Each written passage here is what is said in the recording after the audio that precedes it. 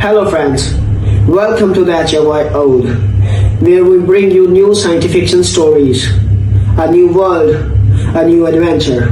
And yes, there is no robotic or AI voices here, only real human voices with real human touch. So let's start this journey, and please subscribe my channel if you like the stories and press the bell icon for the latest updates. Let's have a story. Okay. The recruiters never mentioned screaming. That's what I remember most. Not the promise of glory, not the signing bonus that cleared my mother's medical debt, not even the flash of the uniform they'd draped across my shoulders like a prophecy. Just the absence of one critical detail. That space in certain pockets of the galaxy could scream back at you. They showed us star charts, neat little dots connected by trade routes that looked like someone had spilled glowing thread across black velvet. They talked about the storm corridor in the same tone my high school guidance counselor used when describing community college. Necessary, slightly unpleasant, ultimately forgettable. Nobody said the storm was hungry. The Meridian's cross shuddered like a dog shaking off water. I gripped the edge of my station, our fingers white against the polymer console, and pretended this was normal. Pretended I'd been doing this for years instead of 3 months. Pretended the veteran crew members weren't watching to see if the human would vomit again. I'd vomited twice already, both times into regulation disposal bags. Both times while maintaining my sensor readings because apparently humans could multitask even while their stomachs tried to exit through their mouths, and the Drakaxi found that both disgusting and fascinating in equal measure.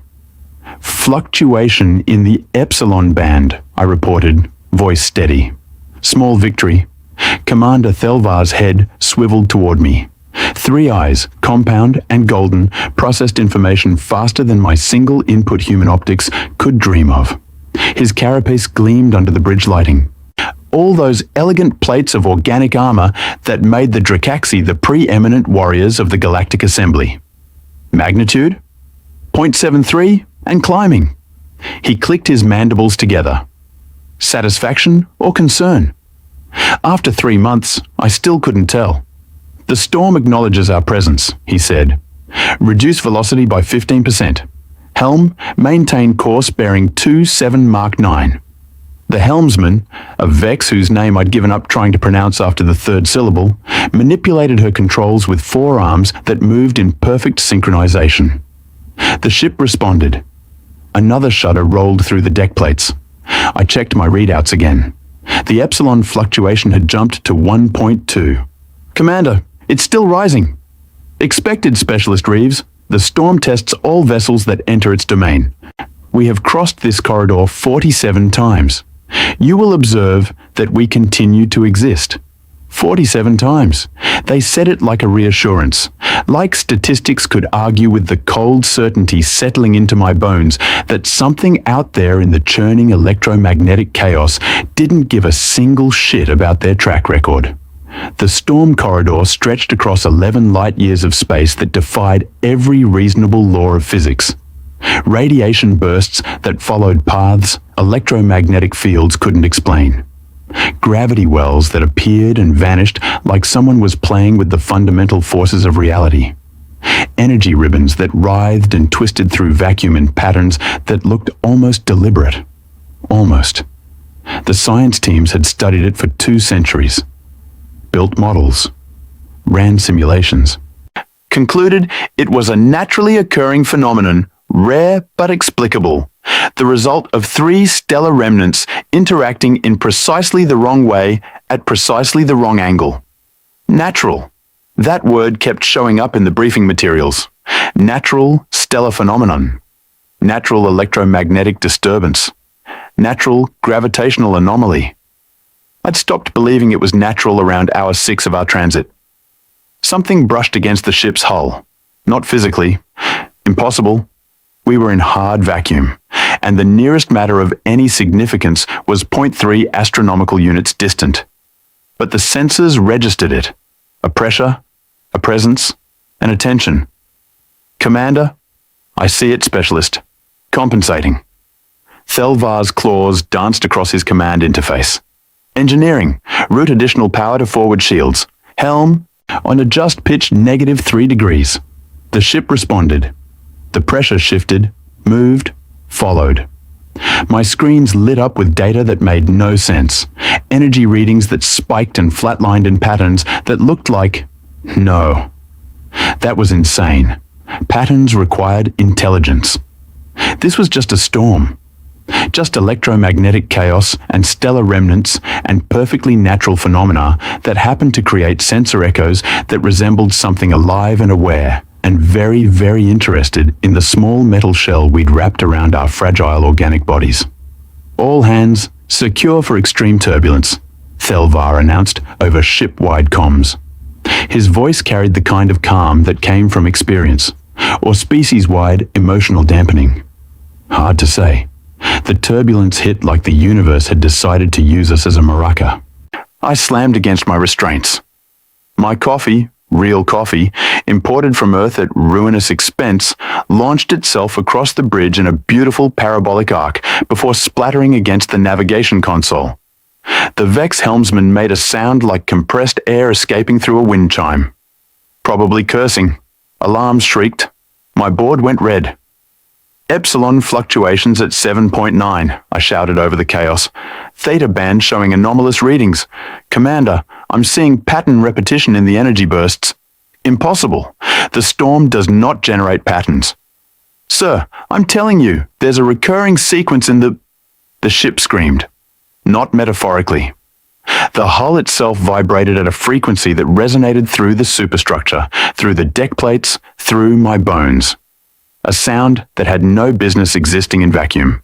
A shriek that bypassed my ears entirely and wrote itself directly into my nervous system. I tasted copper. My vision tunneled.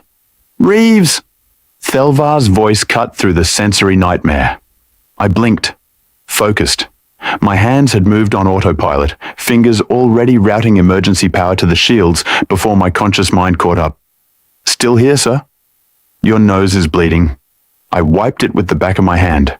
Red smeared across my skin. The storm? Intensifying. We are experiencing phenomenon outside predicted parameters. He said it so calmly, like we weren't currently being shaken apart by an angry cosmos. All stations, damage report. The responses came in clipped, professional bursts. Hull integrity at 91%. Shield generators showing strain but functional. Engineering reporting minor plasma leaks in the starboard manifold. Navigation systems compensating for gravitational distortion. Everyone very carefully not saying what I could feel in my gut. This wasn't normal. Even by storm corridor standards, this was wrong. I pulled up the sensor logs from previous transits, compared them to current readings. My blood went cold. Commander, permission to speak freely? Granted. We're fucked. 3 of Thelvar's eyes swiveled to focus on me. The Dracaxi didn't have eyebrows, but I got the distinct impression I was receiving the alien equivalent of a raised eyebrow. Explain. I threw the comparative data onto the main display. Previous transits showed epsilon fluctuations maxing out at 3.5. We're at 8.2 and climbing. Theta readings are off the charts. And this... I highlighted the energy burst patterns. This is not random. There's a mathematical sequence here. Prime numbers, Commander. The energy bursts are following prime number intervals. Silence on the bridge. The kind of silence that follows when someone says something that breaks the agreed upon reality. The Vex helmsman spoke first, her voice like wind chimes in a hurricane. Prime numbers are a mark of intelligence. Natural phenomena do not... I know what they are, Thelvar interrupted. His mandibles clicked rapidly. Anxiety.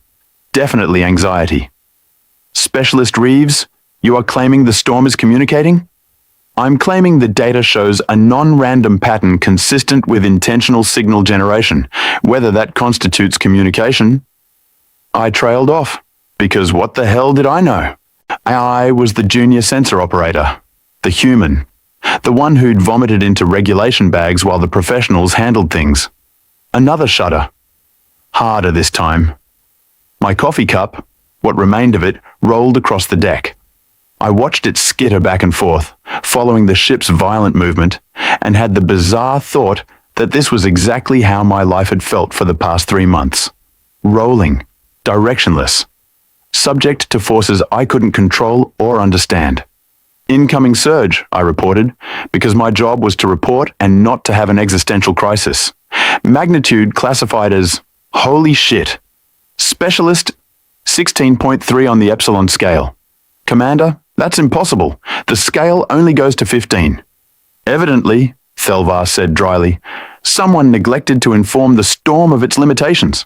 The surge hit. The universe turned inside out. I can't describe it better than that. One moment I was strapped into my station, surrounded by the familiar angles and surfaces of the bridge. The next, perspective shattered. I was looking at myself from outside. No, I was looking at the ship from outside. No, I was everywhere and nowhere, spread thin across 11 light years of screaming electromagnetic chaos, and something vast and old and so utterly alien it made my brain hurt was looking back, seeing me, knowing me. Then I was back in my body, gasping, tears streaming down my face, every nerve ending on fire. Report, Thelvar barked. My hands moved, still worked. Muscle memory was a beautiful thing. All systems experiencing cascade failure. Shields at 40%. Hull breaches on decks 7 through 12. Our life support fluctuating. Casualty reports? The medical channel lit up. I didn't want to read it. Read it anyway. 17 injured. 3 critical. No fatalities yet. Yet. The ship's AI chimed in, its voice artificially calm. Warning. Current trajectory will result in catastrophic structural failure in 11 minutes, at present stress levels. 11 minutes. I joined the assembly fleet because my mother needed treatment for degenerative neural syndrome, and Earth's medical system was a joke compared to galactic standard. I'd aced the entrance exams, scored higher than any human candidate in a decade. Proved that, yeah, okay, maybe we were newcomers to the galactic stage, but we could hack it. 11 minutes to find out if any of that mattered. Commander, I said quietly, request permission to try something stupid. Define stupid. Very. Thelvar's mandibles stilled. He regarded me with all 3 eyes. You have a theory. If it's communicating, if that's what the prime numbers mean, then it's trying to establish contact. Basic first contact protocol. Show intelligence, show pattern recognition, show you understand the message. And you propose to respond to a stellar phenomenon. I propose to respond to whatever the hell that is out there that just reached into my skull and said hello. The Vex helmsman made a sound like shattering crystal. Horror maybe, or disbelief. Hard to say. Thelvar was quiet for 3 seconds. 3 seconds while the ship bucked and screamed and tore itself apart. Proceed, Specialist Reeves. You have authorization to access communications array. I pulled up the interface. My fingers shook. Adrenaline or terror, or the residual weirdness of having my consciousness briefly smeared across space, didn't matter. I forced them steady. First contact protocol. God, the irony. I'd taken that class as an elective.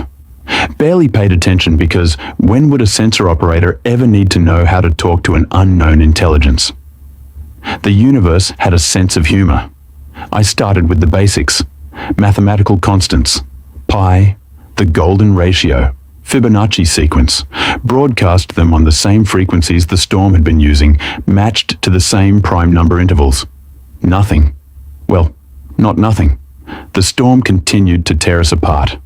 But no response, no acknowledgement. 8 minutes to structural failure. It's not working, the helmsman said. We should attempt emergency FTL jump. Negative, Thelvar replied. Ms. FTL in storm conditions has 0.03% survival probability. Better than our current odds. She wasn't wrong. I stared at my readouts. The patterns, the energy signatures. There had to be something I was missing.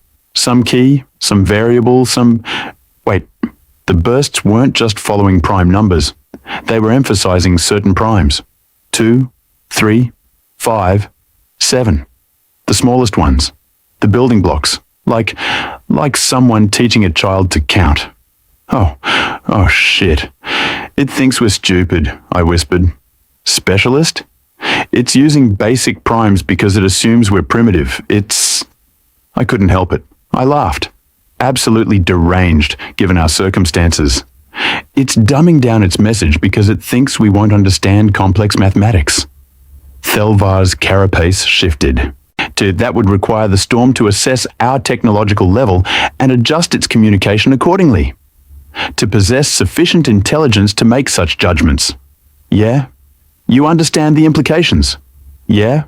6 minutes. I reconfigured the communications array, dumped the basic math, started broadcasting instead a proof of the Riemann hypothesis, still unsolved in Earth mathematics when I'd left, but I'd read that the Vex had cracked it 3 centuries back.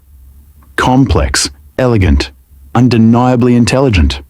The storm went quiet, not inactive. The energy readings were still there, the gravitational distortions, all of it. But the attacks stopped. The ship stopped shaking. The alarms fell silent one by one. Every being on the bridge held their breath, or equivalent respiratory function. Then, response. A cascade of energy across every spectrum we could detect, and probably a dozen we couldn't. Patterns within patterns. Mathematical proofs I didn't recognize. Equations that looked like poetry if poetry could be written in the fundamental language of reality. Beautiful. Terrifying. Definitely, absolutely, unmistakably intelligent. Mother of God, I breathed. The Vex helmsman's forearms trembled against her controls. It's responding. Commander, orders? Thelvar stood slowly. All his warrior's grace and predator's poise on full display. Specialist Reeves, you have the communication station.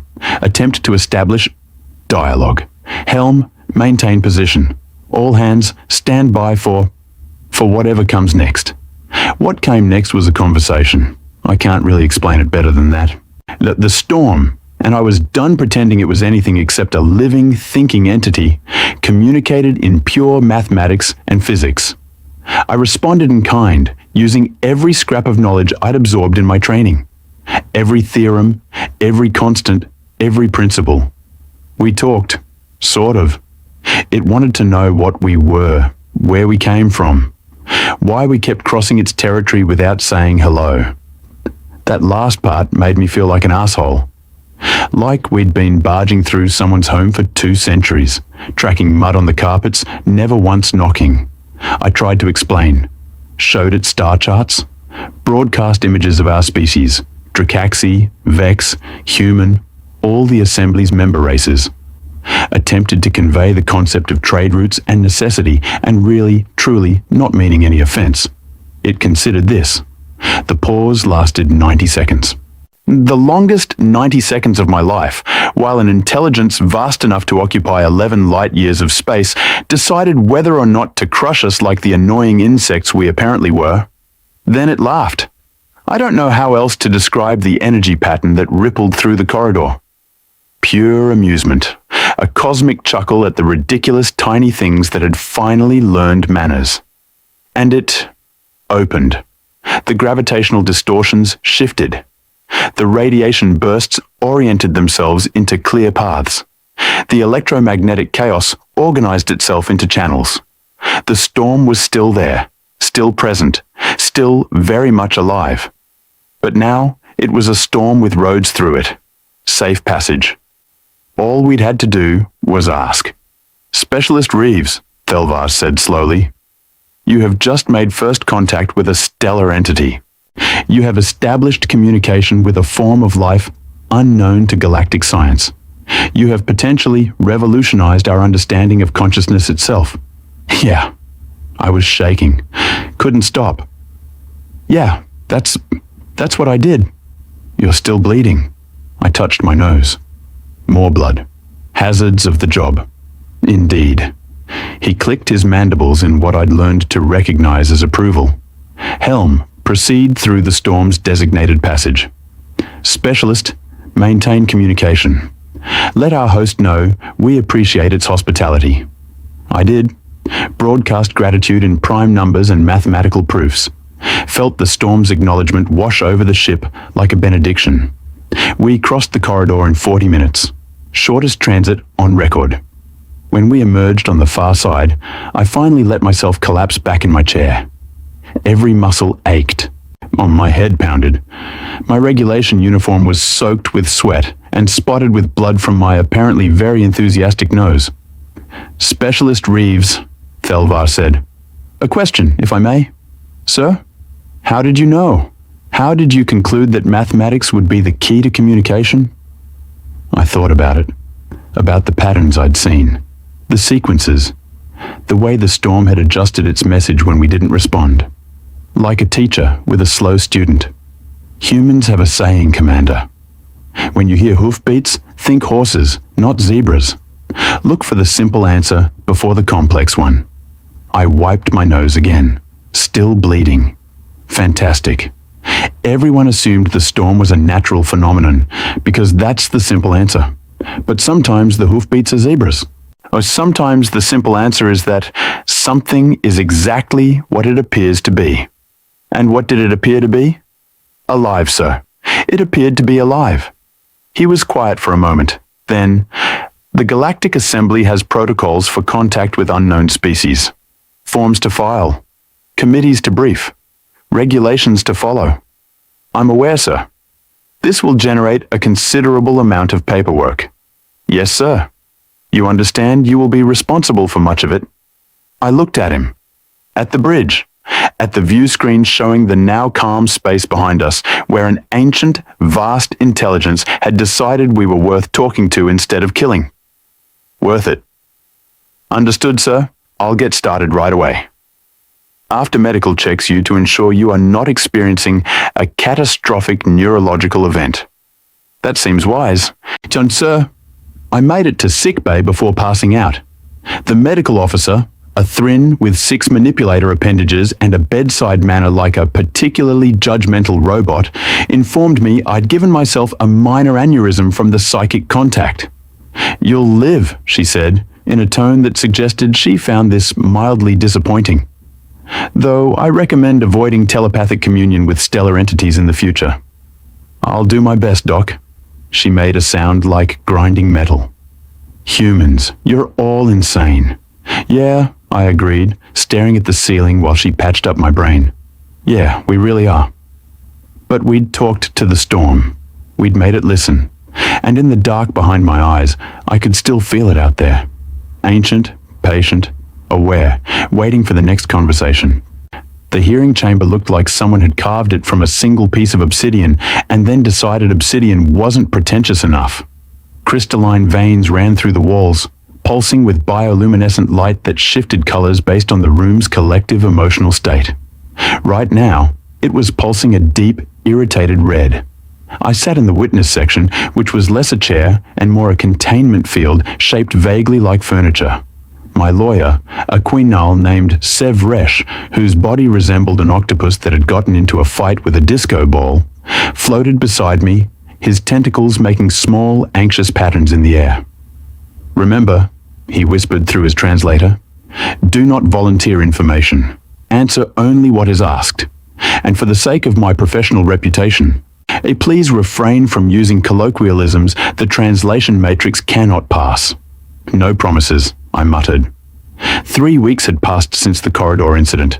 3 weeks of medical examinations, psychological evaluations, intelligence debriefings, and enough forms to wallpaper a small moon. The aneurysm had healed. The nightmares hadn't. Every time I closed my eyes, I felt it.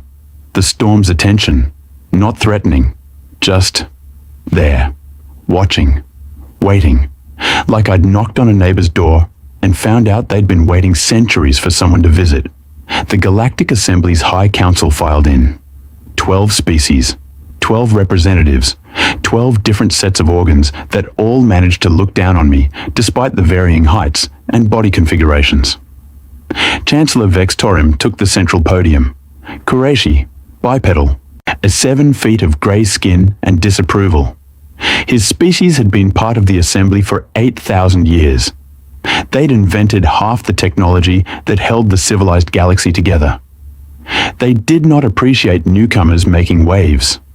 This tribunal convenes to address the incident designated Corridor 77 Alpha, he intoned. His voice carried the weight of authority that came from being able to trace your family line back to the Bronze Age. Specialist Kira Reeves of the vessel Meridian's Cross, you stand before this council to explain actions taken without authorization that resulted in first contact with an unknown entity. I stood. The containment field adjusted. With respect, Chancellor, I prevented the destruction of a galactic assembly vessel and the loss of 47 lives. I'd do it again.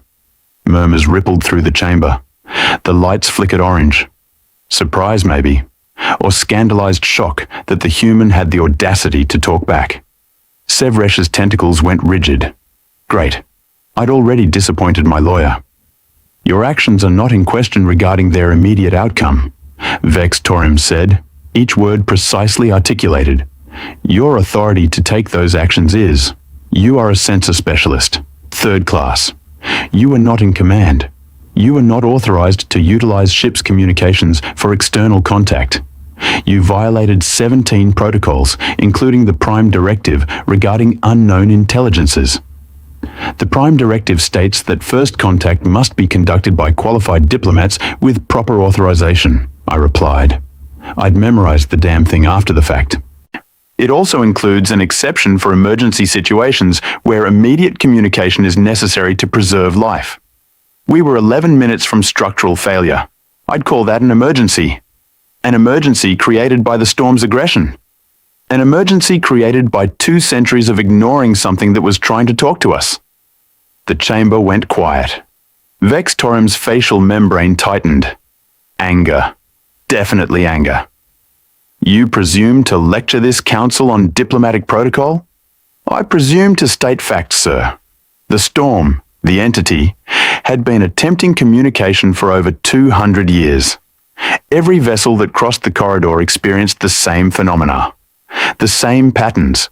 We catalogued them, analyzed them, and filed them under natural occurrence because the alternative was too complicated.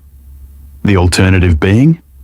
That we'd been ignoring a sentient being's attempts at contact because we were too arrogant to imagine stellar-scale intelligence could exist. The lights flared white. Shock.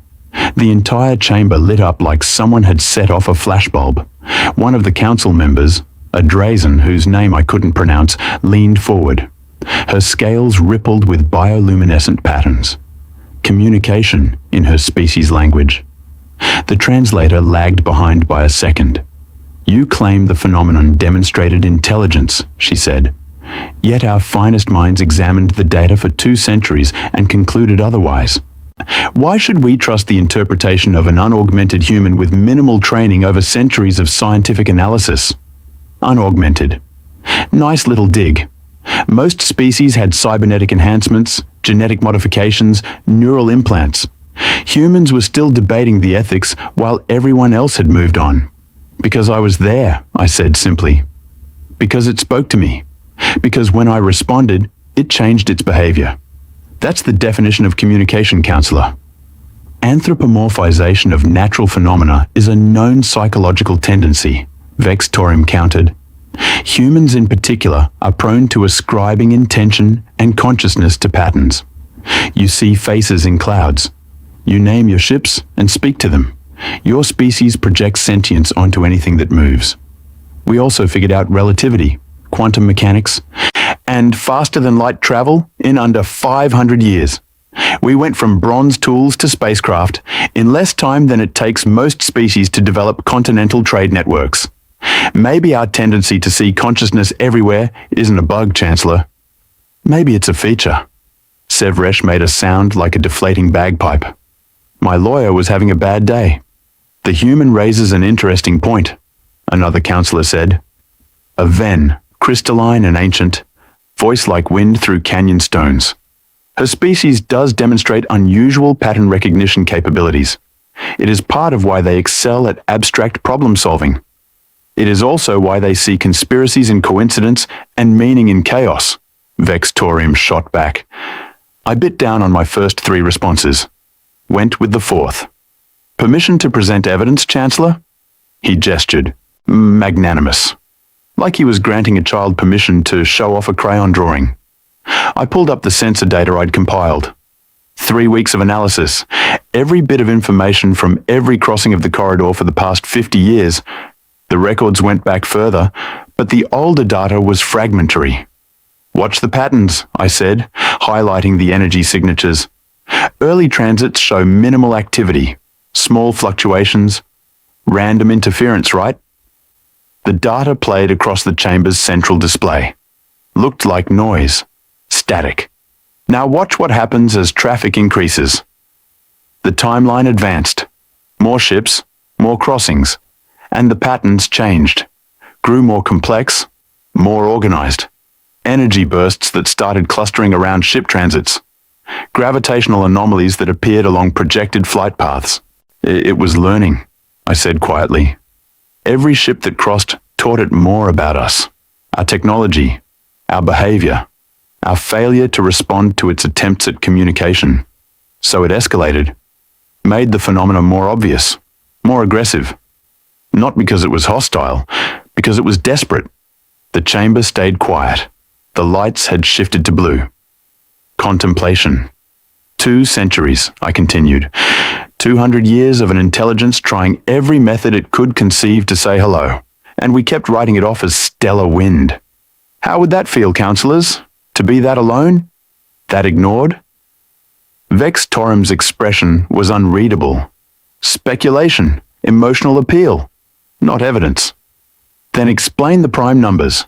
Explain why a natural phenomenon would broadcast mathematical sequences in response to our presence.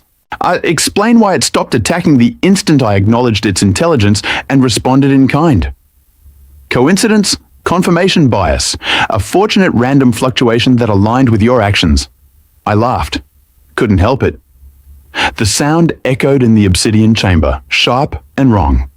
With respect, Chancellor, that's bullshit. The lights strobed red. Sev Resh's tentacles knotted. Specialist Reeves, I must advise, no. I cut him off. Probably tanked whatever remained of my career. But I was done. Done with the careful political dance. Done with pretending. You want to call it coincidence? Fine. Let's test that theory. Let's send another ship through the corridor. Have them ignore all communication. See what happens. That would be unnecessarily dangerous, the Drazen counselor said. Exactly. Because you know I'm right. You know that entity is sentient and aware and has every right to defend its territory from what it perceived as invasive hostile forces. You just don't want to admit it because that would mean acknowledging that humanity, the upstart species that's been part of your assembly for barely 2 generations, made first contact with a form of life your scientists missed for 200 years. Silence. The kind of silence that precedes either vindication or execution. Vex Torum's facial membrane rippled. You are remarkably insubordinate for someone in your position, Specialist Reeves. I'm remarkably tired, sir. I haven't slept properly in 3 weeks. I have a stellar entity living in my head. Don't look at me like that, medical confirmed residual psychic imprinting. And I'm facing disciplinary action for saving lives. So yeah, I'm a little insubordinate. The Ven counselor made a sound like chimes in wind. Laughter. Actual laughter. I like her. She has spine. Spines are not the issue, Vex Torum said stiffly. Protocol is the issue. Authority, chain of command. If we allow junior personnel to make unilateral decisions regarding first contact, then we might actually talk to new species instead of cataloguing them as natural phenomena, I interrupted. Revolutionary concept. More murmurs. The lights were doing things I didn't have names for. Color combinations that probably meant complex political calculations were happening. A new voice spoke up. Deep. Resonant. I'd been so focused on Vex Torum, I'd missed the figure in the back, a Threnody, all flowing robes and too many joints. They rarely spoke in council sessions. When they did, people listened. The human has made contact with an entity of significant power, the Threnody said. An entity that occupies strategic space and controls a vital trade route. The question before this council is not whether her actions were authorized. The question is what we do now. Vex Torum's expression suggested he'd just bitten into something sour. Ambassador Thelvar has submitted a report recommending formal diplomatic relations with the entity. He suggests Specialist Reeves continue as primary liaison, given her established communication channel. "And you object?" the Threnodi stated. "I object to placing such significant responsibility in the hands of an inexperienced junior officer of a species with minimal diplomatic history. As opposed to a properly qualified ambassador, a Qurayshi diplomat with centuries of experience. Someone who understands the delicate balance of interstellar relations." I opened my mouth, closed it. Sevresh's tentacles tightened around my arm. Warning. The Threnodi shifted, robes flowing like water. "And you believe a Qurayshi diplomat could replicate Specialist Reeves's success in communicating with the entity? With proper study of her methods, yes. Then let us test that theory." The Threnodi's tone carried finality. "This council authorizes a diplomatic mission to the Corridor entity. Ambassador Kel Torin will lead the delegation. Specialist Reeves will accompany as technical liaison. If the ambassador successfully establishes independent communication, her role will be advisory only. If not, the Threnodi let that hang." Vex Torum's membrane tightened. He'd been outmaneuvered and knew it. A reasonable compromise. I accept the terms. Just like that, I went from facing disciplinary action to being assigned to a diplomatic mission. The hearing concluded. The councillors filed out. I stood there, still processing what had just happened. Sevresh's tentacles relaxed. That went better than anticipated. I called the Chancellor's position bullshit. Yes, I am choosing to remember that as aggressively defended your analysis in my case notes. He floated closer. The Threnodi intervened on your behalf. That is significant. They rarely involve themselves in council politics. Why would they care about me? Not about you, about the entity. The Threnodi are old, Specialist Reeves. Very old. Old enough to remember when the galaxy was less crowded. They value discovery, genuine novelty. His translator approximated a sigh. You gave them something new. In a galaxy that has catalogued itself into stagnation, that is precious. I thought about that. About an ancient species that had seen everything, mapped everything, explained everything. How boring that must be. How refreshing to find something that didn't fit the models. "When do we leave?" I asked. 3 days. The diplomatic vessel Concordance is being prepared. You will have quarters, a full stipend, and... He paused. "A promotion, effective immediately. Congratulations, Junior Liaison Reeves." Junior Liaison, from sensor specialist to diplomat in 3 weeks. My mother would laugh herself sick when I told her. The Concordance was everything the Meridian's Cross wasn't. Sleek, elegant, designed for comfort and impression rather than efficiency. On the kind of ship that announced, "We come in peace, and also we're better than you, just by existing." Ambassador Kel Torin was everything I wasn't. Qurayshi, like the Chancellor. 800 years old. Cybernetically enhanced to the point where organic and synthetic blurred.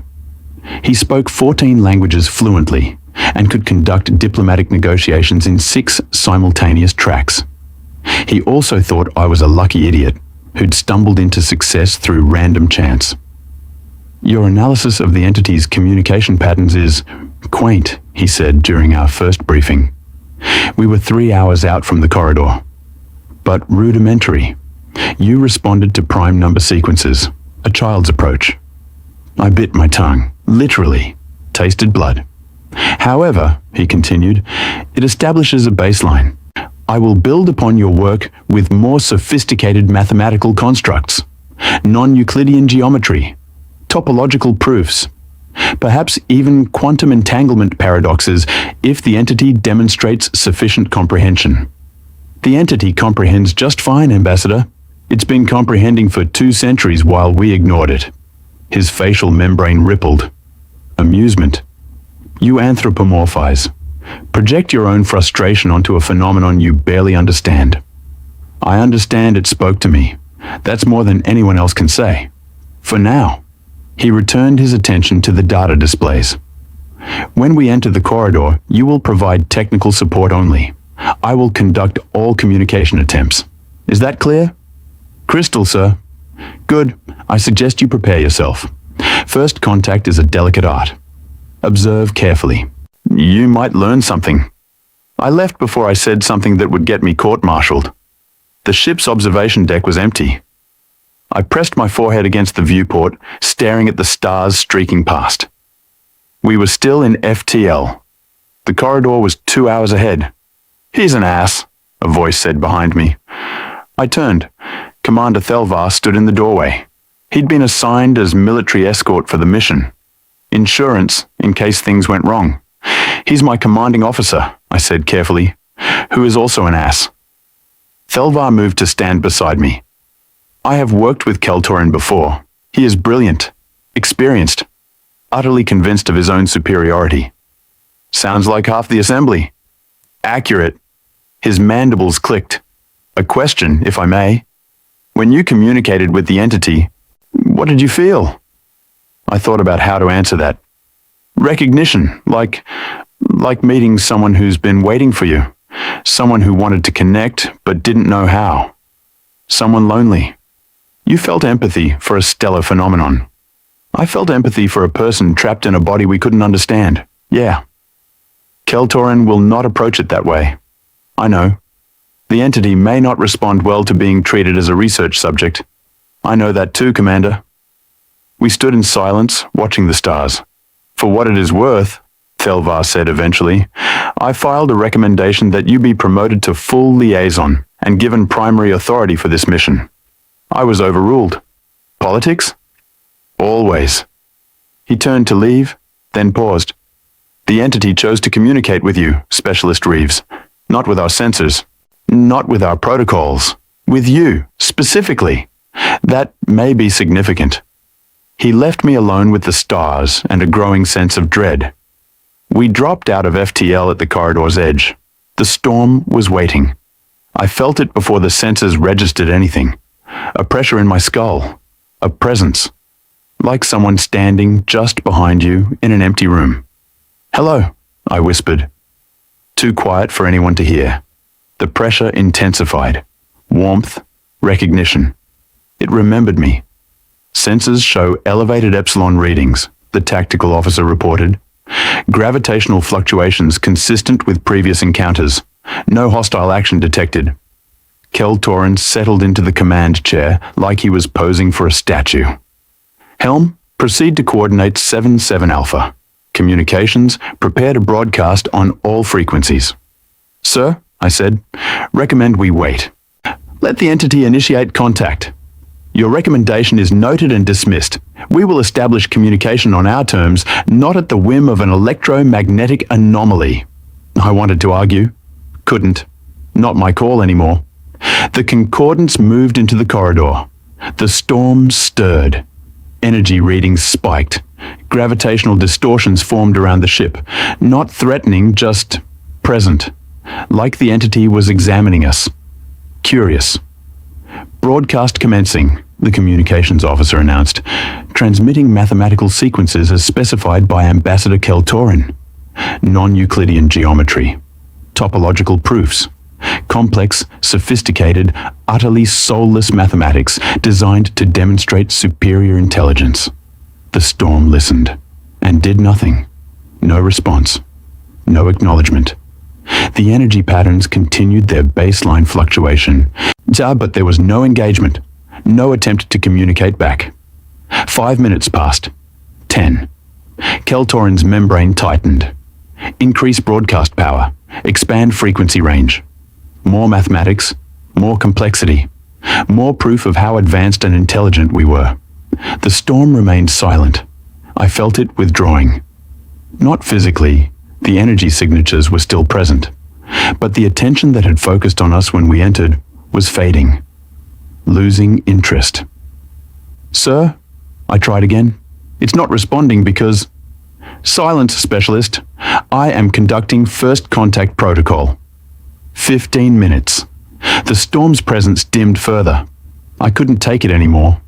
Pulled up my personal comm unit. Accessed the same frequencies I'd used during the original contact.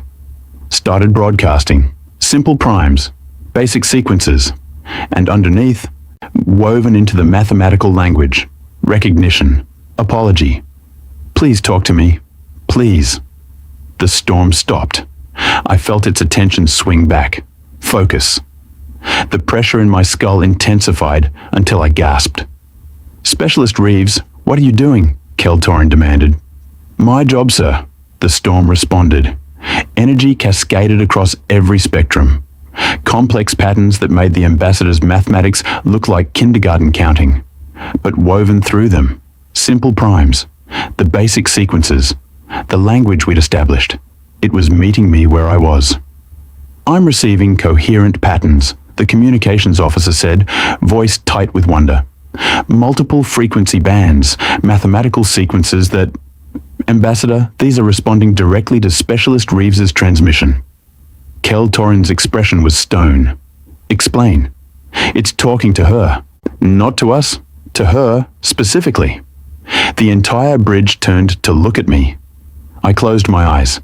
Let the storm's presence wash over me. Felt the question underneath all the mathematics. Why did you bring others? Why these cold calculators who speak but do not listen? How do you explain hierarchy to something that's been alone for millennia? How do you describe politics to an intelligence that exists outside all social structures? I tried anyway. Broadcast concepts of community. Multiple minds working together. The need for approval from others before action. The ambassador's role as speaker for many. The storm considered this. Then it responded with something that made me laugh and want to cry simultaneously. A single simple message, repeated across every frequency. I want to speak with you, not them, you. It's refusing formal contact, I said aloud. It will only communicate with me. The silence on the bridge was deafening. Keltorin stood slowly. That is unacceptable. I am the designated ambassador. I speak for the Galactic Assembly. The entity will acknowledge proper diplomatic channels. It's a sentient being, sir, not a government. It gets to choose who it talks to. You overstep, specialist. And you're about to lose first contact with a stellar intelligence because your pride won't let you admit that sometimes the fancy math isn't what matters. His facial membrane flushed dark purple. Rage. You are relieved of duty. Security, escort Specialist Reeves to her quarters. 2 guards moved toward me. The storm reacted. Every alarm on the ship screamed simultaneously. Gravitational forces seized the concordance like a giant's fist. The viewport showed energy ribbons forming around us. Not random, not chaotic. Deliberate. Precise. A cage. Defensive maneuvers, Keltorin shouted. Shields to maximum. The storm tightened its grip. I felt its anger, its confusion, its hurt. It had reached out, been ignored for centuries, finally found someone who listened, and now they were taking that someone away. Stop, I said quietly. Then louder. Everyone stop. Keltorin rounded on me. You are confined to... The storm thinks you're threatening me. It's defending me. If your guards touch me, it will interpret that as an attack and respond accordingly. Preposterous. A natural phenomenon cannot... The ship lurched. Hull stress alarms joined the cacophony. It's not a natural phenomenon, I shouted. It's a person. A person who's been alone for so long, it doesn't understand our social structures, doesn't understand hierarchy or protocol or any of the things you take for granted. All it knows is that I listened when no one else would. And now you're trying to remove me.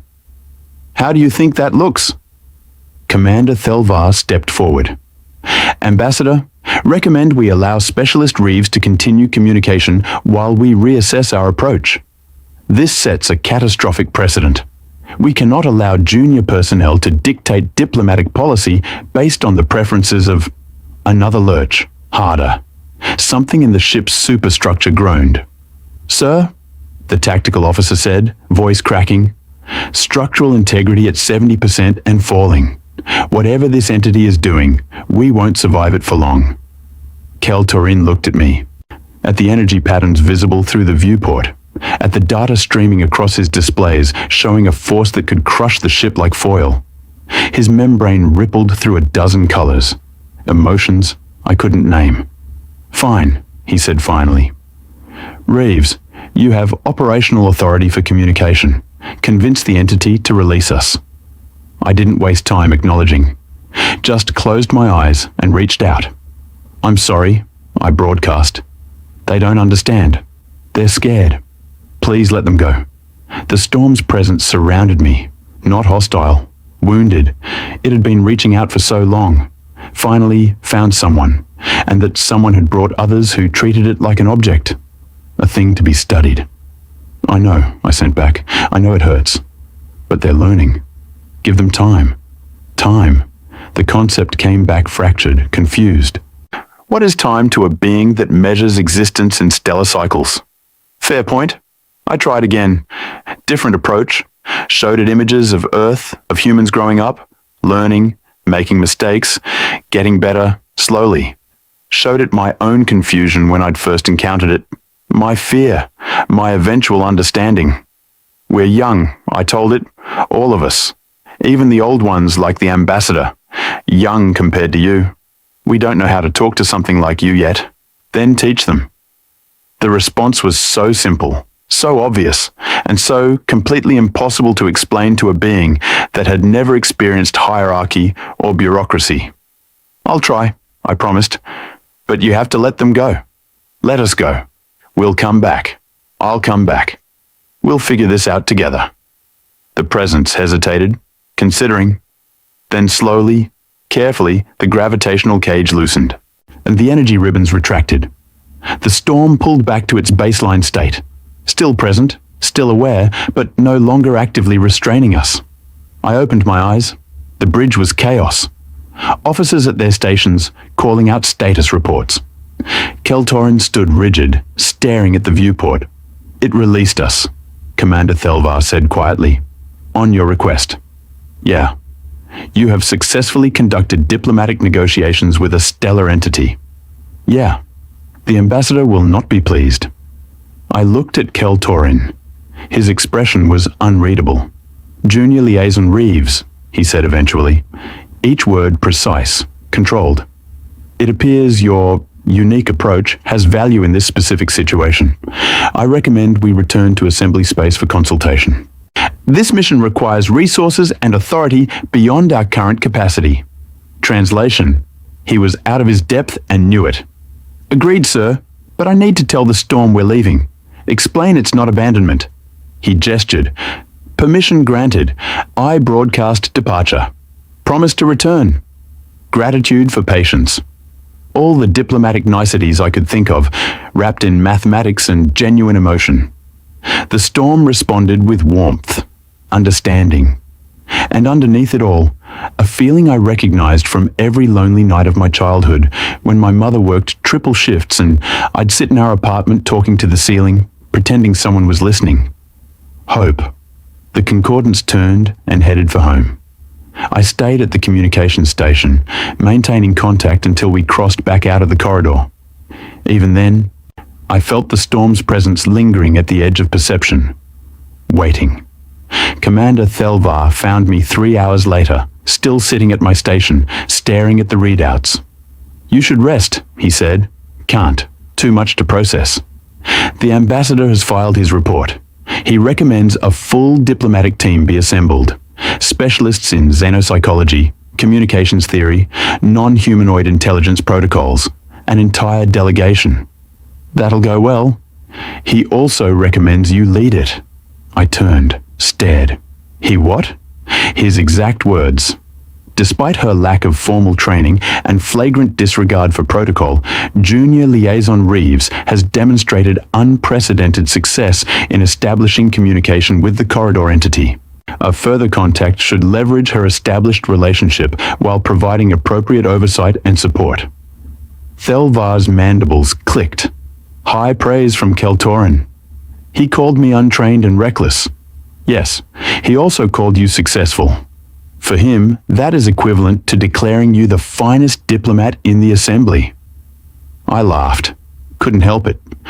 I'm a sensor specialist who accidentally talked to a stellar storm. How does that qualify me to lead a diplomatic mission? Because the storm chose you. Because you succeeded where 2 centuries of experts failed. Because sometimes, junior liaison, the galaxy needs people who don't know enough to realize something is impossible. He left me with that. I sat in the quiet, feeling the ghost of the storm's presence in my mind. An ancient intelligence that had been alone for so long it had almost given up hope of contact. And it had chosen me. A third-class sensor specialist from Earth who'd been in space for 3 months. The universe had a sense of humor. But also, maybe, the universe recognized something in humans that the other species had forgotten. The ability to see consciousness in unexpected places. To reach out even when it seemed impossible. To believe that everything deserved to be heard. My comm unit chimed. Message from my mother. Got your last transmission. Stellar intelligence? Really, Kira? Most kids send postcards. You send existential crises. Call me when you can. Love you. Also, I showed your report to Dr. Shen at the university and she actually fainted. Thought you'd enjoy that. I smiled. Yeah, Mom would find that hilarious. I typed a response, then paused. Added a line about how I might be leading a diplomatic mission and could she please not tell anyone yet because I wasn't sure it was real. Sent it. Outside the viewport, stars streamed past. Somewhere behind us, the storm waited. And ahead, an entire galaxy was about to learn that the new kids on the block had just made first contact with a form of life no one else had imagined existed. This was going to be interesting. The delegation was a nightmare dressed in diplomatic credentials. 17 specialists, 9 species. 4 competing theories about what the storm actually was, ranging from misunderstood natural phenomenon to ancient weapon system in sleep mode. Everyone had opinions. Everyone had protocols. Everyone thought they knew better than the human who'd actually talked to the thing. Dr. Miv Shan, a Qurayshi xenopsychologist with 6 PhDs and the personality of a particularly judgmental cactus, cornered me in the mess hall on day 2 of our journey back to the corridor. Your initial contact report lacks crucial psychological frameworks, she said, not bothering with pleasantries. Her facial membrane shifted through academic disapproval patterns. You describe loneliness and recognition without establishing baseline emotional parameters for a non-humanoid consciousness. How can you assert emotional states without comparative analysis? I chewed my protein bar, swallowed, because it told me. Entities without social structures cannot experience loneliness. It's definitionally impossible. Tell that to the storm. Her membrane flushed purple. You anthropomorphize. As project human emotional templates onto mathematical patterns. It's a fundamental error in xenopsychological analysis. Or, I said, keeping my voice level, maybe loneliness is universal when you're a conscious being that's been trying to communicate for 2 centuries and everyone ignores you. Maybe some things translate across species barriers because they're rooted in the experience of consciousness itself. Prove it. I did. It responded when I treated it like a person, ignored everyone who treated it like a phenomenon. That's called evidence, Doctor. She made a sound like air escaping through a pinched valve. Frustration. Your methodology is anecdotal at best. When we establish formal contact, I will conduct proper psychological assessment using validated frameworks. Good luck with that. She left in a huff of academic outrage. Von Thelvar watched from across the mess hall. When Mivshan was gone, he approached with 2 cups of what passed for coffee in the assembly fleet.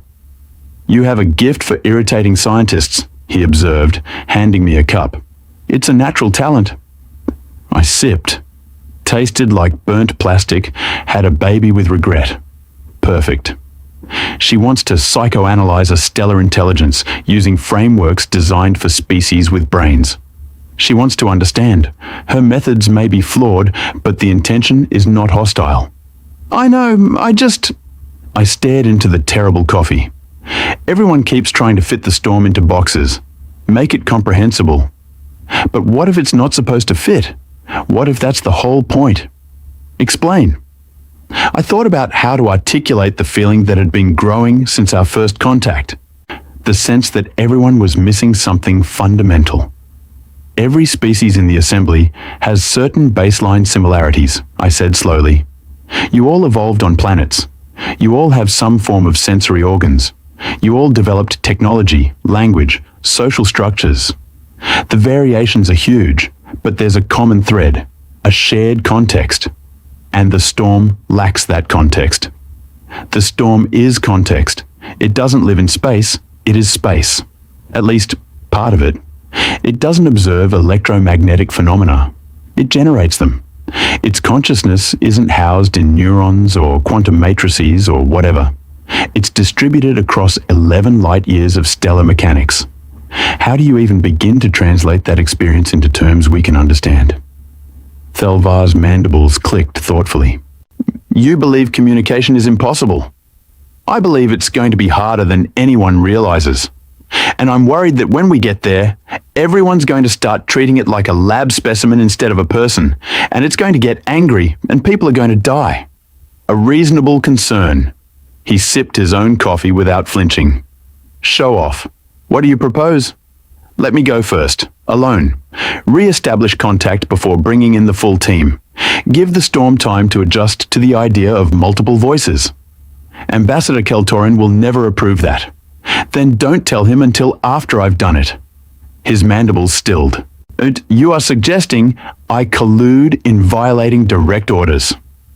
I'm suggesting you help me prevent a diplomatic incident that could end with a dead crew and a very pissed off stellar intelligence controlling one of the most important trade routes in the galaxy. We stared at each other. You are remarkably comfortable with insubordination, he said finally. It's the human way. We apologize later. I have noticed. He set down his cup. We enter the corridor in 18 hours.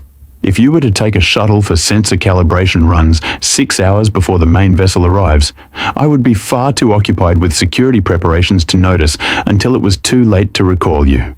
I felt a grin split my face. Commander, are you suggesting I steal a shuttle? I am suggesting that Shuttle Bay 3 will be understaffed during Gamma Shift. What you do with that information is your concern. He stood. Do not get yourself killed, Junior Liaison. The paperwork would be excessive. I'll do my best, sir. He left me with the terrible coffee and the beginnings of a very stupid plan. Shuttle Bay 3 was, as promised, understaffed. One board ensign monitoring systems who barely looked up when I logged my flight plan. Sensor calibration in the outer corridor, she said, reading the manifest. That's ambitious for a solo run. I like a challenge? Apparently. She keyed in the authorization codes. You're cleared for launch. Try not to get vaporized. The commander gets cranky when we lose shuttles.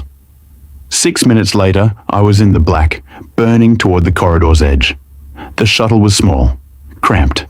Nothing like the Concordance's luxury.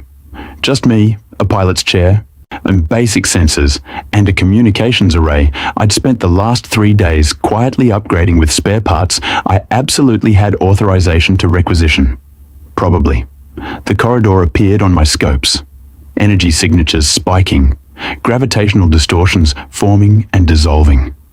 From this distance, it looked almost peaceful, beautiful even. Ribbons of light dancing through the dark. Then I crossed the threshold and felt it wake up. The storm's presence slammed into my consciousness like a tidal wave. Recognition, joy, confusion, questions piling on top of each other in a cascade of electromagnetic impulses that my monkey brain was trying desperately to translate into concepts I could process. You came back. Why? Where are the others? Why alone? Are you hurt? Did they punish you? Why did you leave? The questions came so fast I couldn't distinguish individual thoughts, just emotional content washing over me in waves. Slow down, I said aloud, even though I knew the storm couldn't hear my voice. Had to broadcast the concept through the communications array. I'm here. I'm okay. I came back because I promised I would. The pressure in my skull eased slightly. The storm focusing, organizing its thoughts into sequences I could pass. You brought others before. They did not listen. I know, they're learning, but there are more coming. 17 more. They want to talk to you, learn about you. I need you to be patient with them. Silence. Well, not silence. The electromagnetic background of the corridor continued its complex dance, but no communication, the storm considering. Finally, why should I speak with them? They see me as a thing, a puzzle to solve. Some of them do, not all. And the ones who see you as a thing, I'm trying to change that. But I need your help. How? Good question. How do you teach scientists to see consciousness in something that violates every assumption about what consciousness requires? Talk to them, I said. Not like you talk to me. Different. Show them you're not just responding to patterns. Show them you can learn, adapt, create new concepts. They will still see me as other, as alien. You are alien. So am I. To them. So are they. To each other. Being alien isn't the problem. Being dismissed is. The storm's presence shifted. Not withdrawal, but contemplation. I felt it examining the concept from multiple angles. You are strange, small voice in metal. You think like they do, but you speak like me. Small voice in metal. That was new. Also, it's as surprisingly accurate as descriptors went. I'm human. We're good at finding middle ground. It's kind of our thing. Human. The storm tested the word, rolling it through electromagnetic frequencies like someone tasting wine. Human Kira. You said others are coming. When? I checked my chronometer. 12 hours. Maybe less if they realize I left early. 12 hours. The concept stretched out, warped. Time meant something different to a being that measured existence in stellar cycles. Very soon. Yeah. I do not wish to speak with them. My heart sank. Storm, please. They're not all bad. Dr. Mivshan is kind of insufferable, but she genuinely wants to understand. And Commander Thelvar, you remember him from the first contact? He's fair, honorable. He'll treat you with respect. They will want to know what I am, where I came from, why I exist. Probably, yeah. I do not know these things. I blinked. You don't? I became aware. I do not remember before awareness. I exist. I observe. I think. I am lonely. These are the truths I know. A pause, somehow heavy, despite being translated through mathematics and electromagnetic pulses. Is that insufficient? Do I need origin stories to be real? Oh shit. No, I said quietly. No, you don't. You're real because you're aware. Because you think and feel and communicate. Origin doesn't determine validity. The others will not accept that. Some won't. Some will. You'd be surprised how philosophical scientists get when confronted with things their models can't explain. I would not be surprised. I have been unexplainable for many cycles. The storm sounded dry. Was that a joke? Had a stellar intelligence just made a joke?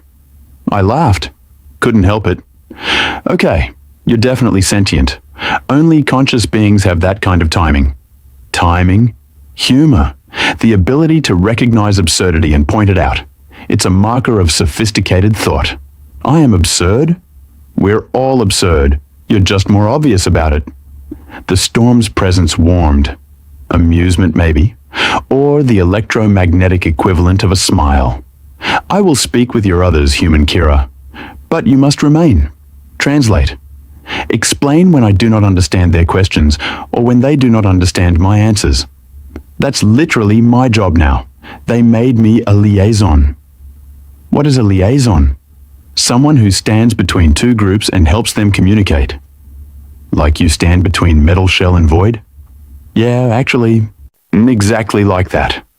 Then you are liaison between them and me. I accept this role. Relief flooded through me. Thank you. I promise I'll do everything I can to make this work. You have already done more than you know, human Kira. You have given me hope.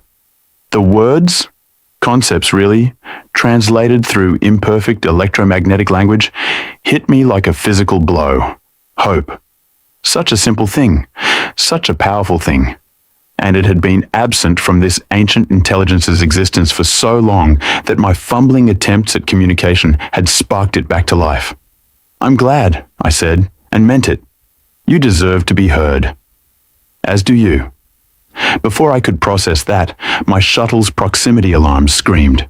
A ship dropping out of FTL directly above my position. Big, moving fast, the Concordance. Shit. My comm panel lit up. Commander Thelvar's voice crackled through.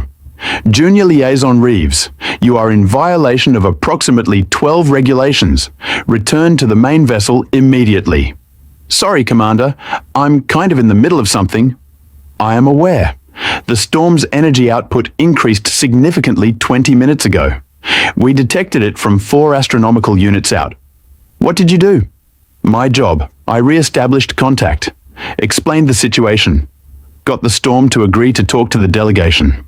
A pause. Then, you took a unilateral action without authorization or backup, risked your life, and successfully completed the primary mission objective? Yes, sir. Ambassador Keltorin is displeased. I imagine he is. He is also impressed, a state I have rarely witnessed. Stand by for docking. The delegation will transfer to your position for initial contact. The line cut. I looked at my sensor readouts, showing the storm's presence surrounding my tiny shuttle like an ocean surrounding a rowboat. They're coming, I broadcast. Remember what we talked about. Be patient. Give them time. I will try, human Kira. But if they treat me as a thing, I will respond accordingly. Fair enough. Just maybe don't crush anyone before I get a chance to explain. I make no promises. Definitely a joke. The storm had developed a sense of humor. We were either going to revolutionize xenopsychology or die horribly. Possibly both. The delegation transferred to my shuttle in shifts. Too many bodies for the small craft, so they cycled through in groups of 5, each team conducting their own observations and analyses. Dr. Mivshan went first. Of course. She brought enough scanning equipment to outfit a small research station. Initiate contact protocol, she instructed, not looking at me. All her attention fixed on her instruments. I need baseline readings of the entity's response patterns. It's not an it, I said. The storm prefers. Nomenclature is secondary to data collection. Begin communication. I glanced at Thelvar, who'd positioned himself near the shuttle's airlock. He gave a small mandible click. Patience. Right. Patience. I opened the communications array. Storm, there are people here who want to learn about you. They're going to ask questions. Some might sound rude. They don't mean it. They're just trying to understand. The storm's response came immediately. Let them ask. Dr. Mivshan's instruments lit up. She made a sound of satisfaction. Decoherent response. Frequency modulation consistent with intentional signal generation. Reeves, ask it. Ask the entity about its cognitive architecture. I translated the question into the mathematical language the storm and I had developed. Got back something that roughly translated to, I think, therefore, architecture arises.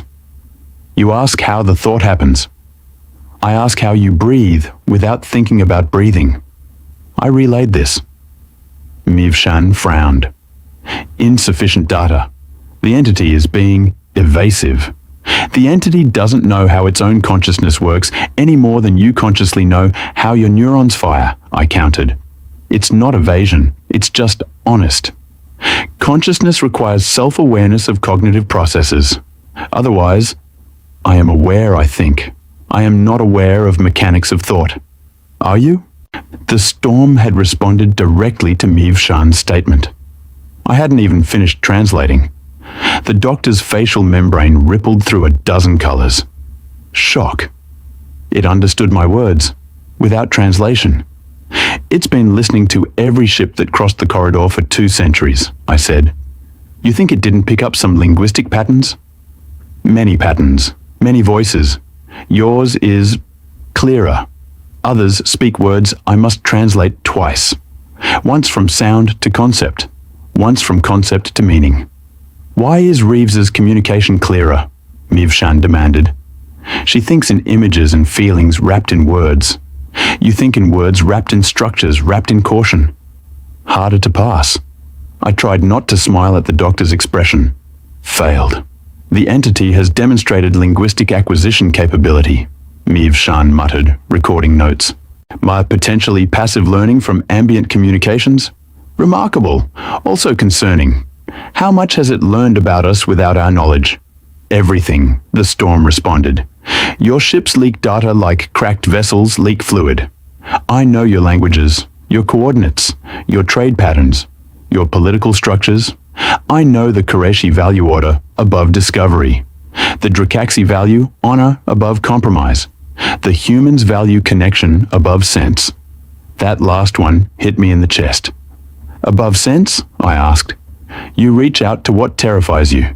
You speak to what you do not understand. You hope when logic suggests despair. It is not sensible. It is beautiful. The shuttle went quiet. Even Mivshan seemed at a loss for words. Finally, Thelvar spoke. Storm, you have observed the Assembly's species for 2 centuries. What is your assessment of our civilizations? A long pause. I felt the storm considering, weighing words. You are children playing with forces you barely understand. You map the stars but miss the life within them. You create rules to manage chaos, but forget that chaos is also creation. You are brilliant and blind, powerful and fragile. You are young. And you? Thelvar asked. What are you? Old. Alone. Grateful that one of the children finally said hello. The next few hours were a blur of specialists rotating through, asking questions, recording data. The storm answered some, deflected others, and occasionally made observations about the questioners that were either profound insights or devastating burns. To a Vex physicist, you measure the universe in equations, but forget that math is description, not cause. The universe was beautiful before you named it. To a Threnody philosopher, you ask what my purpose is. What is yours? To exist and observe seems sufficient for both of us. To Ambassador Keltorin, you speak for many, but listen to few. How do you know what you represent? That one actually made the ambassador pause. A fair question, he admitted after a moment. I know what I'm told to represent. Whether that aligns with truth is uncertain. Honesty, the storm observed, rare in one who deals in words. By hour 6, everyone was exhausted. The constant translation, the mental effort of processing completely alien thought patterns, the sheer cognitive load of interfacing with a consciousness that operated on a scale we couldn't fully grasp. I called for a break. The delegation retreated to the concordance for rest and analysis. I stayed in the shuttle. You did well, I told the storm when we were alone again. Better than I expected, honestly. They still see me as strange. You are strange. So are they. Strange doesn't mean wrong. Human Kira, a question. Shoot. What is shoot? I laughed. Sorry. Idiom. It means, go ahead, ask your question. Why do you defend me to them? You are one of them, part of their structures and hierarchies. Yet you position yourself between us. Why? I thought about it. About Earth. About growing up feeling like I didn't quite fit. Too curious for normal, too grounded for academia. About my mother, who'd taught me that being different wasn't a flaw. About the moment I'd first felt the storm's presence and recognized something fundamental. Loneliness. Because nobody should be alone, I said finally. Because consciousness is precious, no matter what form it takes. Because the first thing they teach you in Starfleet Academy is that life finds a way. And the second thing they should teach you, but don't, is that life deserves respect regardless of whether it looks like you. Your species is young, but your wisdom is old. We've made a lot of mistakes, still making them. But we're learning, slowly. I have time, stellar time, You may use what you need.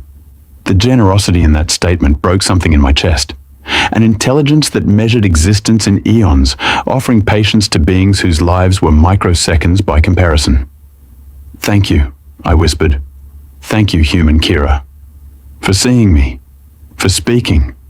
For believing I was real before you could prove it. I stayed there in the dark, surrounded by stars and the presence of something vast and ancient and impossibly kind, and thought about all the ways the universe could surprise you. About how sometimes the biggest discoveries weren't new planets or faster engines. Sometimes they were just learning to say hello to the strange and beautiful things that had been waiting all along for someone to notice they were there. My comm chimed. Thelvar. Junior Liaison, the delegation has completed preliminary analysis. We're recommending formal diplomatic relations between the Assembly and the Storm. You'll be appointed primary liaison with a full support team. Keltorin is drafting the proposal now. That's incredible. Yes. Also, you're being court-martialed for stealing a shuttle. I blinked. I'm sorry, what? Regulations are clear. Unauthorized use of Assembly vessels. However, given the successful outcome, the charges will likely be reduced to a formal reprimand and mandatory retraining on proper protocol. So I'm a hero and a criminal? Welcome to diplomacy, Junior Liaison. The two are often indistinguishable. The line cut. I looked at my sensor displays, at the readings showing the storm's presence all around me. I might be in trouble, I told it. What is trouble? When you do the right thing the wrong way, and everyone yells at you for it. That seems inefficient. Yeah, well, that's bureaucracy. I do not understand bureaucracy. Consider yourself lucky. The storm's presence warmed with amusement, and underneath it, something else. Contentment. The electromagnetic equivalent of someone who'd been holding their breath for centuries, finally exhaling. We'd done it. Made contact, established communication, opened a dialogue that would change everything. And somewhere in the process, I'd made a friend. A friend who happened to be 11 light years of sentient stellar mechanics. But still, a friend. I settled back in my chair and watched the corridor's light dance through the dark, and thought about all the other storms out there. All the other strange and impossible forms of life waiting for someone to notice, to listen, to say hello. The universe was bigger and stranger, and more full of wonders than any of us had imagined. And humanity, young, reckless, impossibly hopeful humanity, was just starting to figure that out. The Galactic Assembly convened in full session for the first time in 40 years. That's what they told me anyway, when I was too busy trying not to vomit from nerves to fully appreciate the historical significance. 200 delegates, 53 species. Every major civilization in the known galaxy packed into the Grand Chamber on Station Unity, ready to vote on a question that had never been asked before. Does a stellar phenomenon qualify for personhood under galactic law? I stood in the presentation chamber, smaller than the main hall connected by holographic relay, and tried to remember how to breathe. You'll be fine, Commander Thelvar said beside me. He'd been assigned as my official escort. Security, technically. Moral support, practically. Simply present the data. Answer their questions. Do not call anyone's position bullshit. That was one time. Once was sufficient. Fair. The chamber doors opened. Ambassador Keltorin entered, followed by Dr. Mivshan and 3 other senior members of the diplomatic delegation. They'd spent the last 6 weeks analyzing every scrap of data from our contact with the storm, building a case for recognition. Keltorin's facial membrane was cycling through colors I'd learned, meant stressed but determined. The assembly is ready. Are you prepared, Junior Liaison? No. Yes, sir.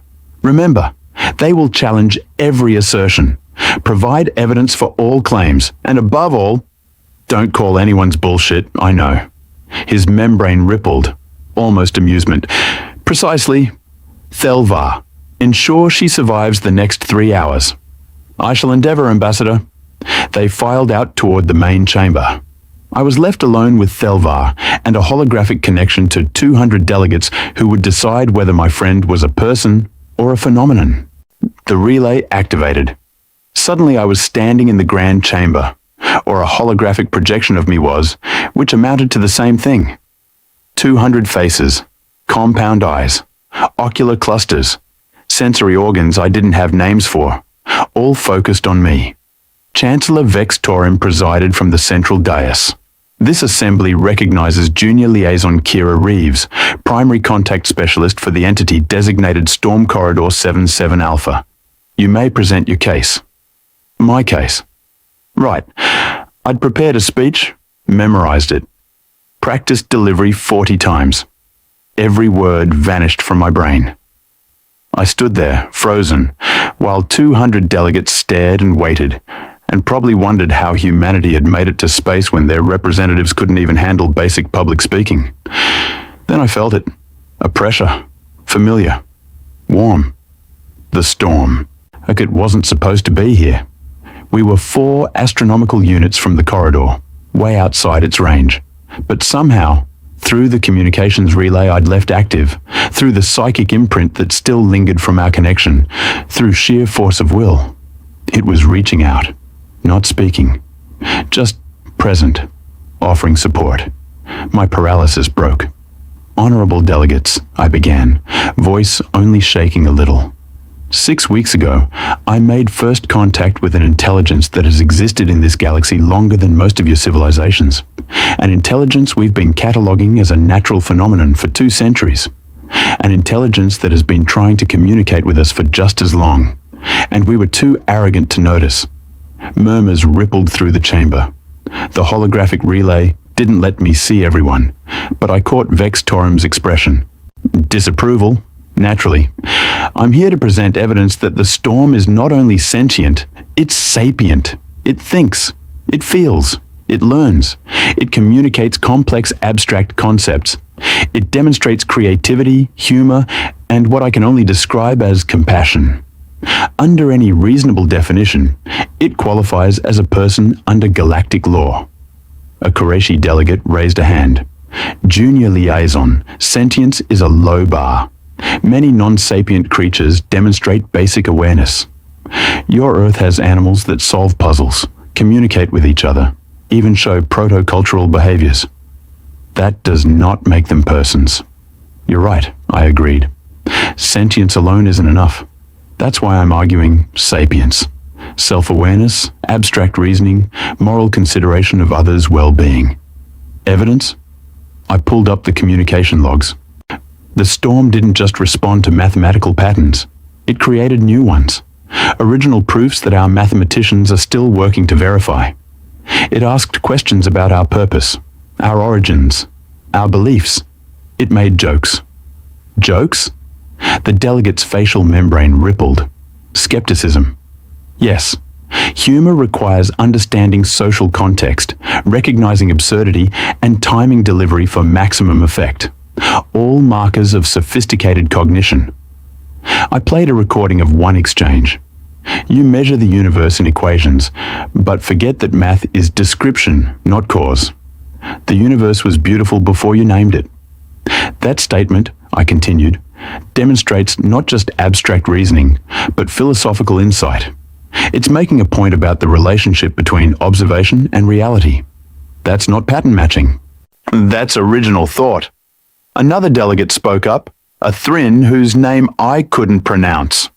Original thought can be simulated. Artificial intelligences generate novel outputs without consciousness. How do you prove the storm isn't simply a very sophisticated natural algorithm? Good question. One we'd anticipated. Because algorithms don't get lonely, I said quietly. They don't hope. They don't feel relief when someone finally listens.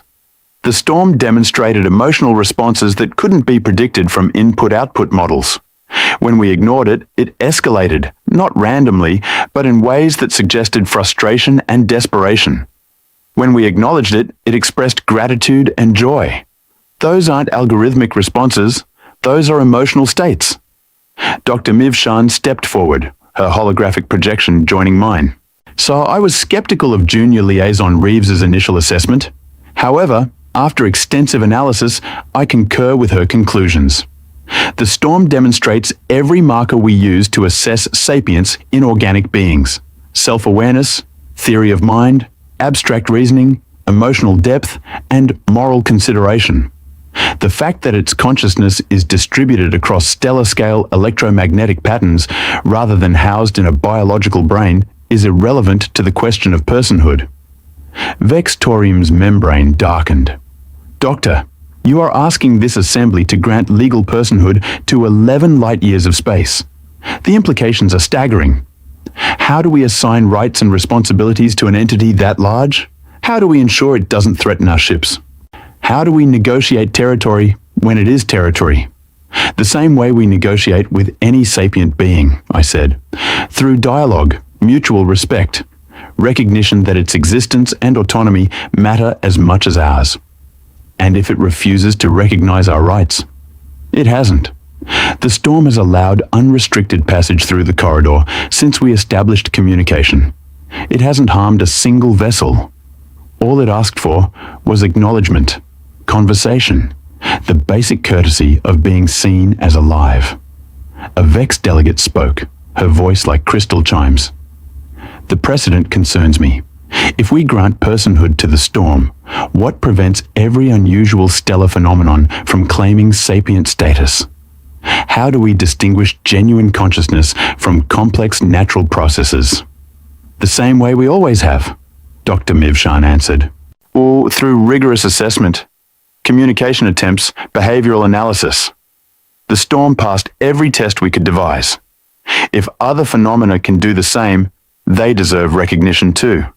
But, with respect, I interrupted, this isn't really about tests or evidence, is it? It's about fear. Fear that the universe is stranger than we thought. Fear that consciousness exists in forms we can't predict or control.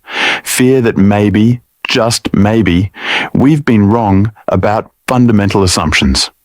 Silence fell across the chamber. Vex Tareem's voice was ice.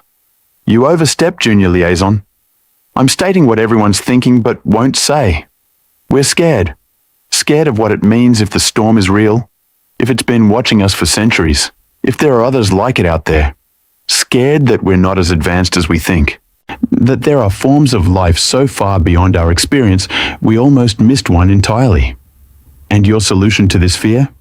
Embrace it. Admit we don't know everything. Accept that the universe is going to keep surprising us. And extend the same basic decency to new forms of consciousness that we expect for ourselves. I felt the storm's presence surge. Not here. Still AU away. But in my mind. Approval. Pride. Something that felt like someone cheering you on from the stands. A new delegate stood. I didn't recognize the species. Tall, crystalline, with refractive properties that made them hard to look at directly. I am Ambassador Thelnir of the Crystalline Concordat, they said, voice like light through prisms. My species has existed for 11 million years. We have observed the rise and fall of countless civilizations. We have seen many forms of life, many expressions of consciousness. They paused. The chamber waited. In all that time, we have learned one truth. Consciousness is precious specifically because it takes forms we do not expect. The moment we establish rigid definitions of what qualifies as person, we blind ourselves to the infinite variety of awareness. The storm is different. That is not a reason to deny it. That is a reason to celebrate it. Murmurs rippled through the delegates, some approving, some uncertain. Thelnir continued. I propose we vote not on whether the storm fits our current definitions, but on whether our current definitions are adequate. I submit they are not. I submit we must expand our understanding to include consciousness in all its expressions. And I submit that the human, they gestured toward my hologram, has demonstrated more wisdom in 6 weeks than we have in 2 centuries. She saw a person where we saw a puzzle. Perhaps it is time we trusted that insight. The chamber erupted. Arguments, counter-arguments, 53 species with 53 different perspectives on consciousness, personhood, and the fundamental nature of existence. I stood in my little presentation chamber, holographically projected into chaos, and waited. Thelvar's mandibles clicked beside me. Well, you certainly provoked a reaction. Is that good or bad? Uncertain. However, Ambassador Thelnir's support is significant. The crystalline concordate rarely involves itself in assembly politics. When they do, delegates listen. The debate raged for 90 minutes. I answered questions, provided evidence, defended my position against challenges ranging from thoughtful to absurd. One delegate actually asked if the storm might be a weapon system built by an extinct civilization. I'd responded that if ancient civilizations built weapons capable of independent thought, emotional depth, and philosophical reasoning, maybe we should reconsider our definition of weapons. That got a laugh from approximately a third of the chamber and outraged silence from the rest. Finally, Vex Torim called for order. This assembly must vote. The question before us: does the entity known as Storm Corridor 77 Alpha qualify for legal personhood under galactic law? The voting began. Electronic. Anonymous. Results displayed in real time on the central board. I watched the numbers climb. My heart sank. Then the crystalline concordate's votes registered. All 22 of them. All yes. More votes. The Threnodi delegation, 18 yes votes. The Dracaxi, 12 yes. It was close. Too close. Every vote mattered now. The counter ticked forward. Species I'd never heard of making decisions that would reshape galactic law, choosing whether consciousness in unexpected forms deserved recognition, choosing whether my friend was a person. The human delegation voted. All 6 of us. All yes, obviously. The Qureshi delegation was split. Some yes, some no. Vex Torim's vote, no. But not all his people agreed with him. The final votes registered. The storm had legal personhood. I sat down hard in the nearest chair. My legs had stopped working. Congratulations, Junior Liaison, Thelvar said quietly. You have just changed galactic law. Yeah, I did that. The chamber was chaos again. Some delegates celebrating, some protesting, some just sitting in stunned silence as the implications sank in. Vex Torim gavelled for order. The motion passes. The entity Storm Corridor 77 Alpha is hereby recognized as a sapient being with full legal protections under galactic law.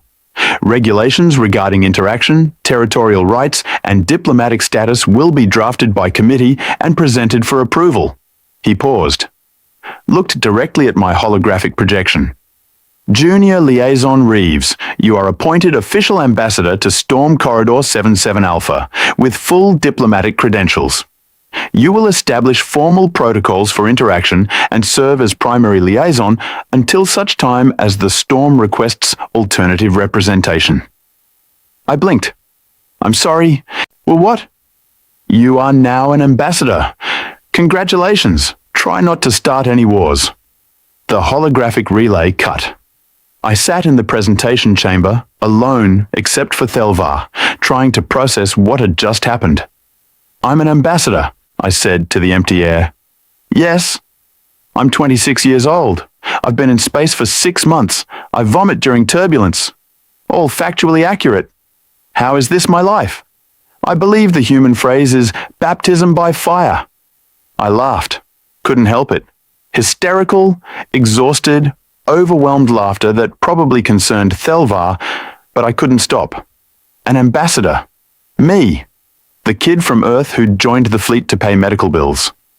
Who'd accidentally made first contact while trying not to die. Who'd somehow convinced 200 delegates that consciousness could exist in forms nobody had imagined. My comm unit chimed. Personal channel. The one I'd left open for the storm. I activated it. Pure sensation flooded through. No words, just feeling, gratitude, joy, relief, pride, affection. Thank you, Ambassador Human Kira. You're welcome, Storm. Though I think you did most of the heavy lifting. You impressed them. I was myself. You taught me that was sufficient. It is. It always was. Others are coming. I feel their approach. Many voices, many questions. Ships were already being redirected to the corridor. Scientists, diplomats, researchers eager to study the galaxy's newest recognized sapient species. Yeah, there's going to be a lot of attention now. You okay with that? I have been alone for stellar cycles. Attention is welcome. Strange, but welcome. If it gets overwhelming, tell me.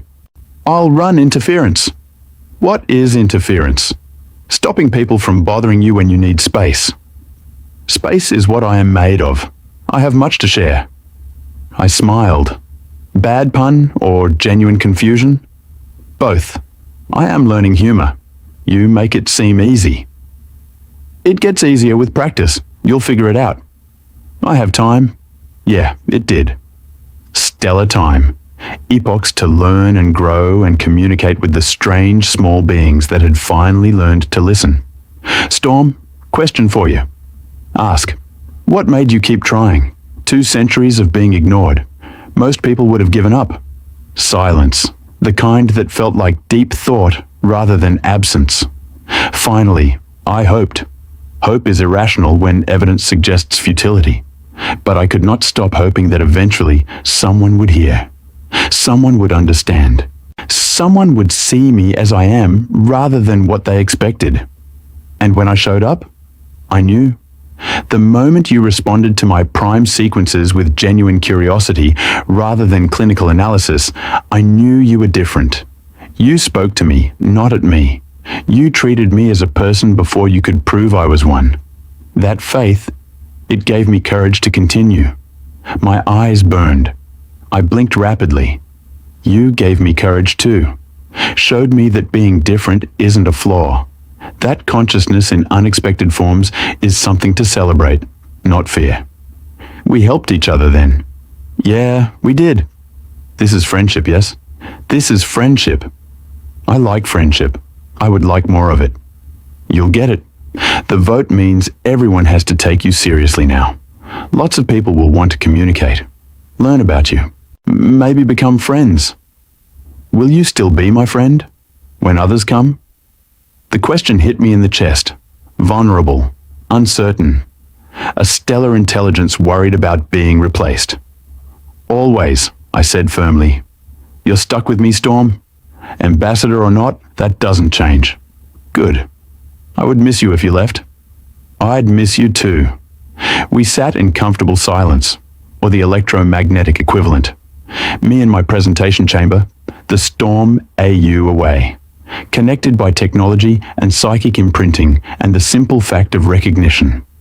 2 beings who'd found each other across impossible distances, who'd bridged gaps that shouldn't have been bridgeable, who'd proven that consciousness could connect regardless of form.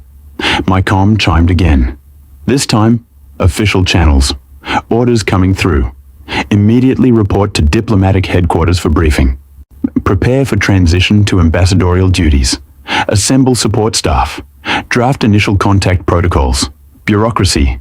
Endless, infinite bureaucracy. I groaned. What troubles you, Ambassador Human Kira? Paperwork. So much paperwork. I do not understand paperwork. Consider yourself blessed. The Storm's presence warmed with amusement. I will leave you to your paperwork.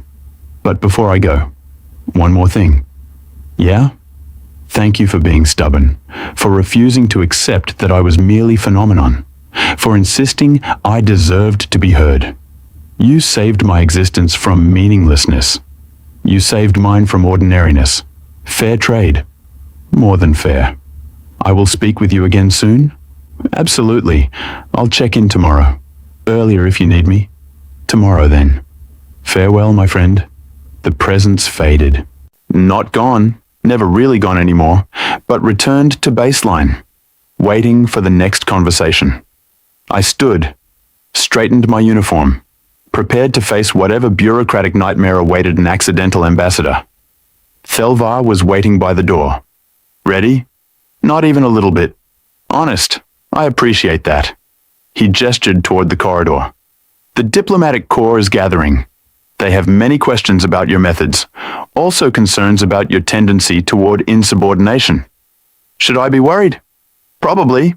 However, you have successfully argued for the personhood of a stellar intelligence and been appointed ambassador at 26 years old. I suspect you can handle a few skeptical bureaucrats. We walked toward the main complex, through corridors filled with delegates still arguing about the vote. It passed observation windows showing stars and ships and the infinite black between.